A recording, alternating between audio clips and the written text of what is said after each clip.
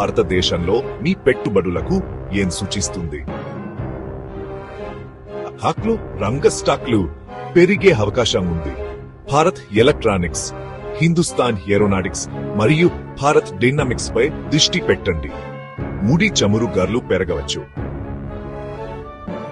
Oil and natural gas corporation, oil India వంటి చమురు అన్వేషకులు లాభపడవచ్చు.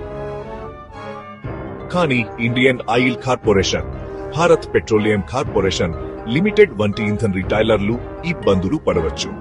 యుద్ధాల సమయంలో బంగారం ధరలు సాధారణంగా పెరుగుతాయి. ఇది టైటాన్ మరియు ముతూట్ ఫైనాన్స్ వంటి గోల్డ్ లోన్ సంస్థలకు శుభవార్త. మరియు పునరుత్పాదక ఇంధన స్టాక్లను మర్చిపోవద్దు. టాటా పవర్ మరియు అదానీ గ్రీన్ వంటివి. అవి దీర్ఘోపకాలిక లాభాలను చూపవచ్చు.